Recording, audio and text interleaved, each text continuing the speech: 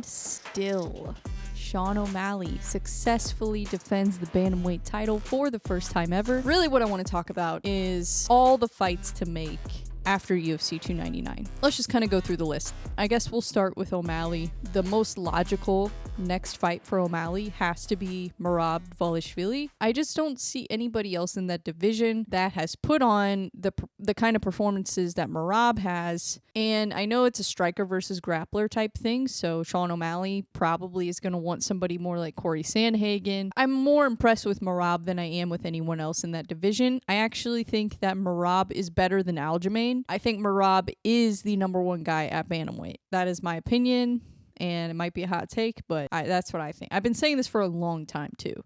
And I've never picked against O'Malley, ever. This is the first time.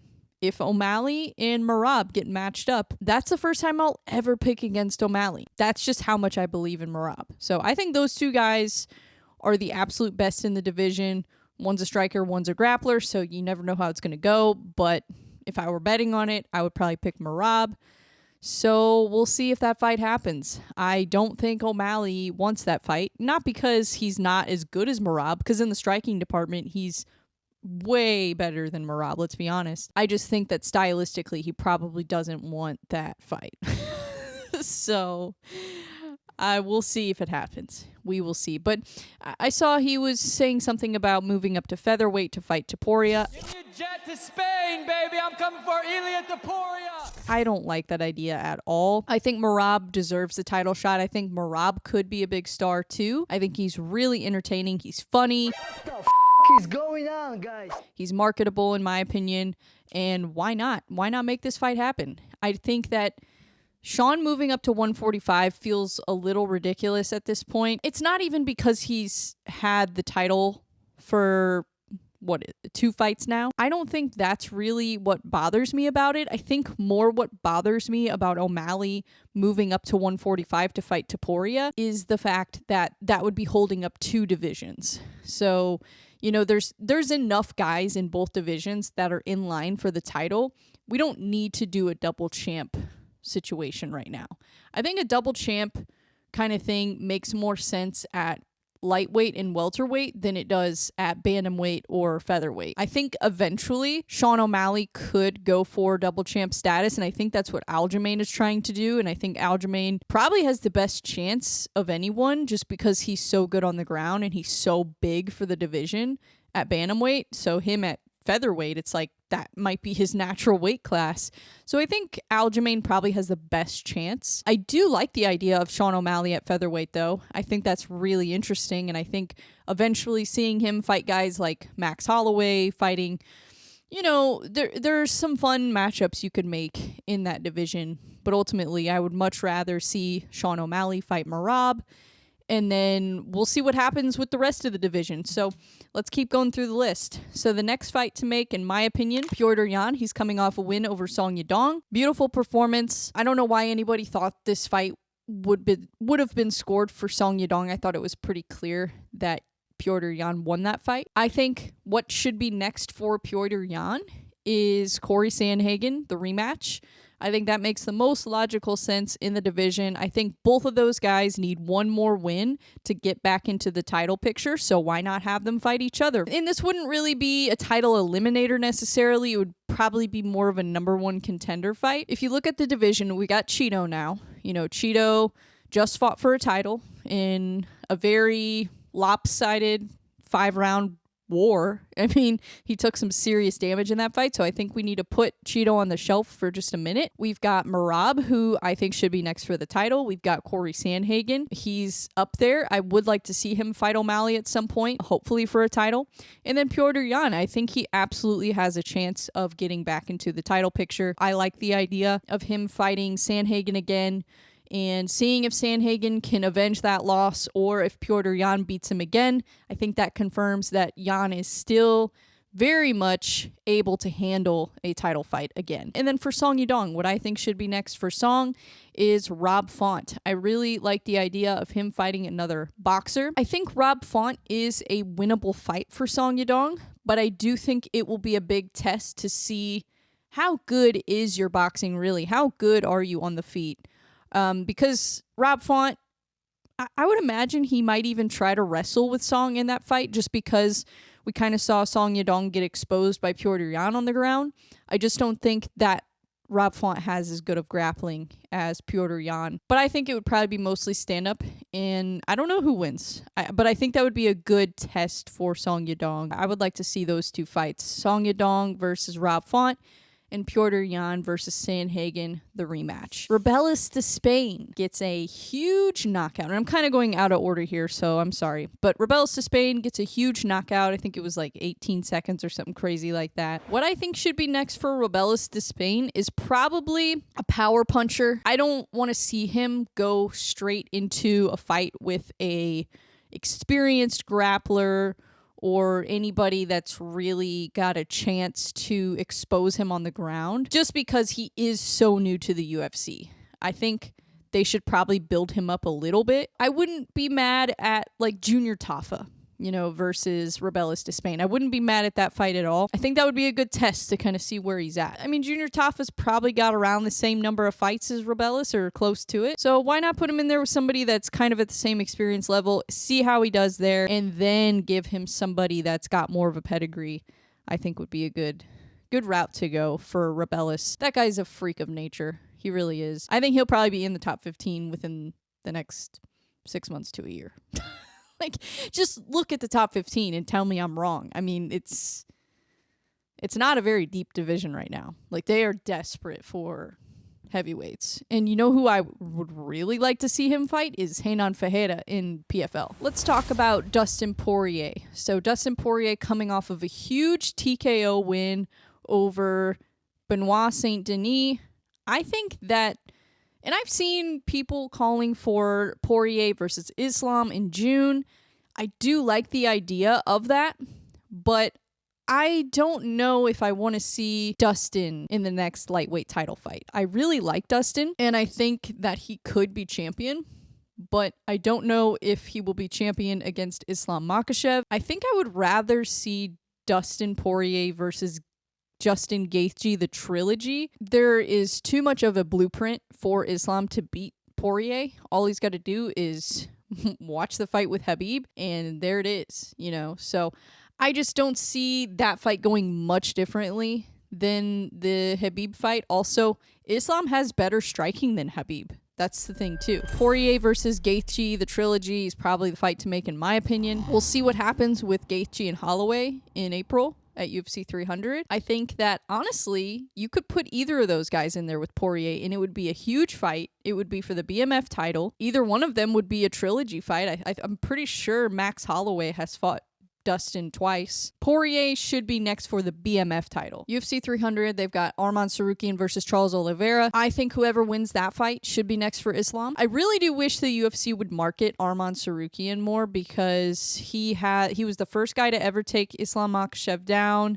He put on a beautiful performance against Dariush. If he beats Charles Oliveira, there is no question that he should be next for the title. Poirier versus Gaethje, the trilogy, that is the fight to make, in my opinion, if Gaethje wins the BMF title. St. Denis. So Benoit St. Denis lost to Dustin Poirier. He was ranked number 12 at the time of this fight. I'm assuming he'll probably stay in the top 15. So I would like to see him fight somebody in the top 15. There's just not a ton of options. My pick for St. Denis is Drew Dober.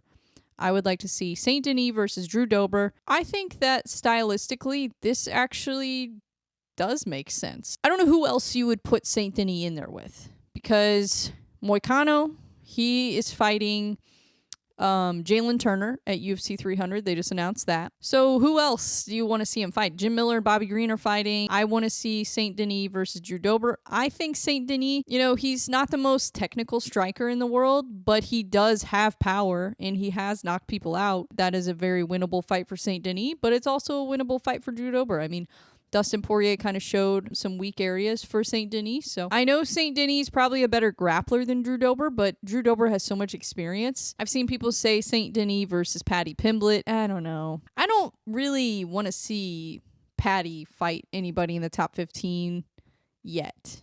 I think he needs one more. And then Gamrot. So Gamrot coming off a win over Rafael dos Anjos. That's a huge win for him. I know it wasn't like the most exciting performance, but it was a brilliant performance in a lot of ways. And I actually thought it was a really good fight. This is exactly the type of fight I expected. Very technical. Gamrot is so good at grappling that I don't know many fighters, even in the top 15, that would be able to beat him in the grappling department. Not very many. I think what should be next for Gamrot, it's been a little while now since this first fight happened, so I'm going Gamrot versus Dariush, the rematch. That is a loss that Gamrot should be able to get back, and I would like to see him get it back.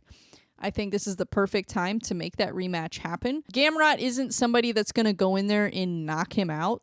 So I actually do like this fight. It's two really technical grapplers. That's kind of why I want this fight to happen. And Beneil is still pretty high in the rankings. He could also fight the loser of Oliveira versus Sarukian. That's another option. But I think Sarukian trains at ATT, so maybe not. Maybe if Oliveira loses, I would like to see him versus Gamrot. Gamrot versus Dariush. The rematch is what I want to see. And then for RDA, I think he should fight Grant Dawson next.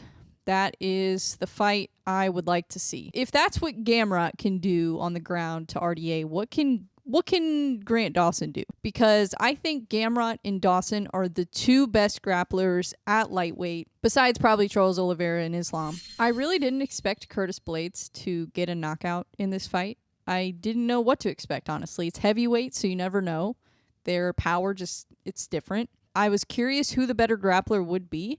And I do still think that Almeida is the better grappler, but I think that Curtis Blaydes is probably better at mixing it up than Jailton is. Curtis Blaydes has figured out a way to translate his grappling into MMA better than Almeida has, and I feel like we see that a lot with wrestlers.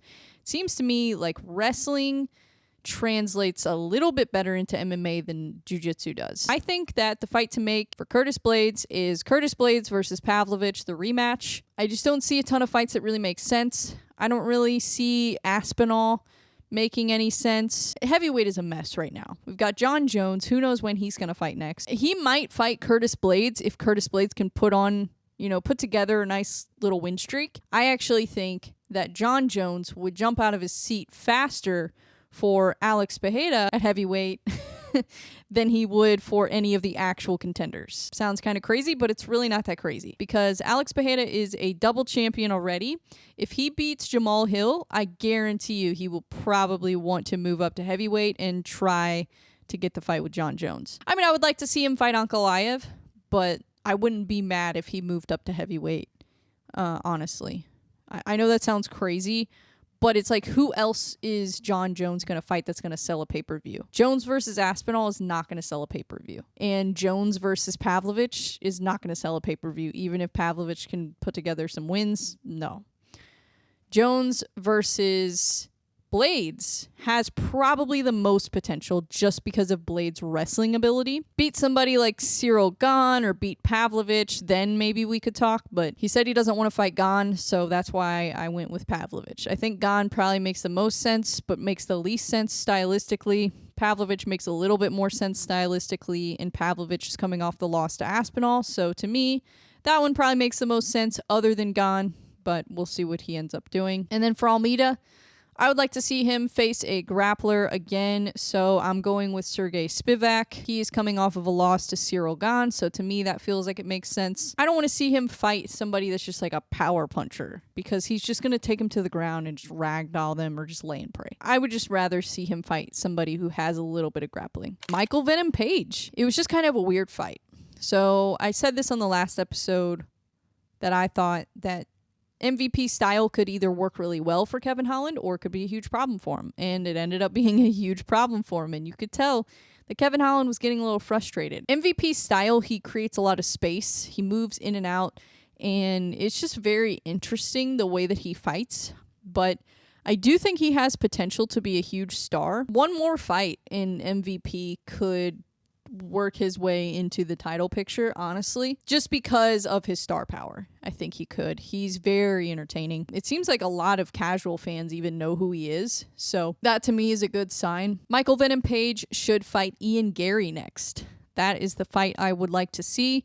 Ian Gary is still undefeated, coming off of a win over Jeff Neal. I think stylistically this fight makes a lot of sense. I've seen MVP versus Wonderboy thrown around. Personally, I think Stephen Wonderboy Thompson would handle MVP. So I don't know if I really want to see that fight. Not because I want Wonderboy to lose, but because I would like to see a winnable fight for MVP. Not that that's not a winnable fight, but I do think that Wonderboy has the advantage there. I want to see it eventually, but not right now. I think I'd rather see MVP fight somebody else that's kind of working their way up the rankings, just because he does have so much potential to be a big star, and so does Ian Gary. So I think it would be a great fight. I think it would be really fun, and I think it would be entertaining. MVP versus Gary. The winner of that gets Wonderboy next. And then what's next for Kevin Holland? So Kevin Holland lost decision to MVP. I don't think Holland is like done. I mean, he's not that old. He's like 31 years old. So he's still got a lot of time left. Maybe put him in there with Neil Magny. I actually really like the idea of Kevin Holland versus Neil Magny. I think that's a great fight. Kevin Holland might have the advantage in the stand-up, and then Neil Magny with his clinch work and just his grappling overall. I think that he has the advantage there, potentially. But Holland is very tricky, so I don't know. I think that would be a good fight. And then another welterweight fight to make, in my opinion. I think everybody can agree on this. Jack Della Maddalena versus Shavkat is the fight to make at 170. I absolutely think that Shavkat versus JDM will be a banger. There's really nobody else that I want to see JDM fight, and there's really nobody else that I want to see Shavkat fight. Maybe the person that wins that fight could be next for the title. You know, if Shavkat wins that fight, I think he gets a title shot. And then Gilbert Burns, I think who he should fight next. I think Gilbert Burns should fight Colby Covington next. That to me feels like it just makes sense. They're both coming off of a loss. Both had not so great performances in their last fight. I think this is a grappler's delight. Colby and Burns are two of the best grapplers at 170, so why not put them together? That just makes sense to me. I think that Colby needs to fight somebody else, you know, that he hasn't fought before. And I don't think they've fought before. I think maybe they were supposed to fight at one point, but I'm pretty sure they never fought before. So why not? Burns versus Covington. Let's do it.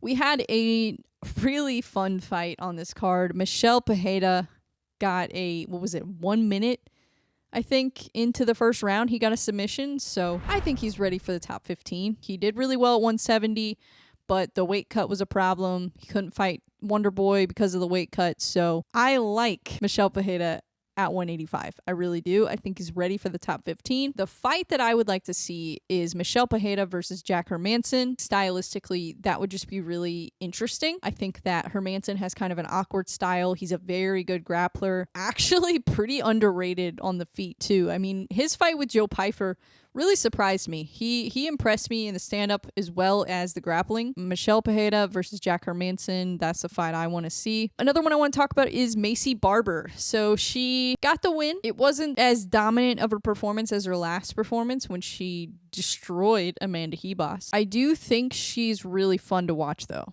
and I think there's something to be said for that. She's very aggressive. She's very tough. She has a chin, and she's not afraid to come forward. She's not afraid to pressure. So I really like that. I think the winner of Fiorot versus Blanchfield should fight for the title next. But I heard they're doing the Ultimate Fighter with Grasso and Shevchenko. So maybe not. So maybe Barber versus the winner of Blanchfield versus Fiorot for like a title eliminator. Maycee Barber does have a decent chance of making it to a title shot. I just don't know if she's ready yet. I think maybe she needs a couple more fights. And also, it feels kind of silly to make Blanchfield or Fiorot fight again when this kind of should be a title eliminator, in my opinion. I just would like to see somebody else fight for the title at women's flyweight. That's all I'm saying. But the Ultimate Fighter, so yeah, that's going to be the next title fight. But that's going to take so long. So are they going to they can't do a title fight in between Because then what if Alexa Grasso loses and then she's the Ultimate Fighter coach and she doesn't have the title anymore? And then it's like, kind of, I don't know. But then it's like, if we get to September, that'll be a year since the second Shevchenko fight. And a lot of people thought Shevchenko won that fight. So, I don't know, man. That's kind of a mess. Women's flyweight is kind of complicated right now. I don't know what to do. So, yeah, maybe they should do another title eliminator in the meantime. Let them kind of figure it out. I just don't like the idea of Alexa Grasso being inactive for over a year as champion. I don't like the idea of that. But we'll see. Maybe they do an interim title. That's not a bad idea. Do an interim title while they're doing the Ultimate Fighter. Or we also have Rose Namajunas versus Hebos coming up soon. That will make things interesting too. If Rose Namajunas beats Amanda Hebos, the thing is though that Amanda Hebos isn't really a flyweight. So I don't know if that really gets Namajunas in the title picture necessarily. Let's say Rose Namajunas beats Amanda Hebos and then she fights Maycee Barber, and let's say she wins against Maycee Barber. Now we're talking.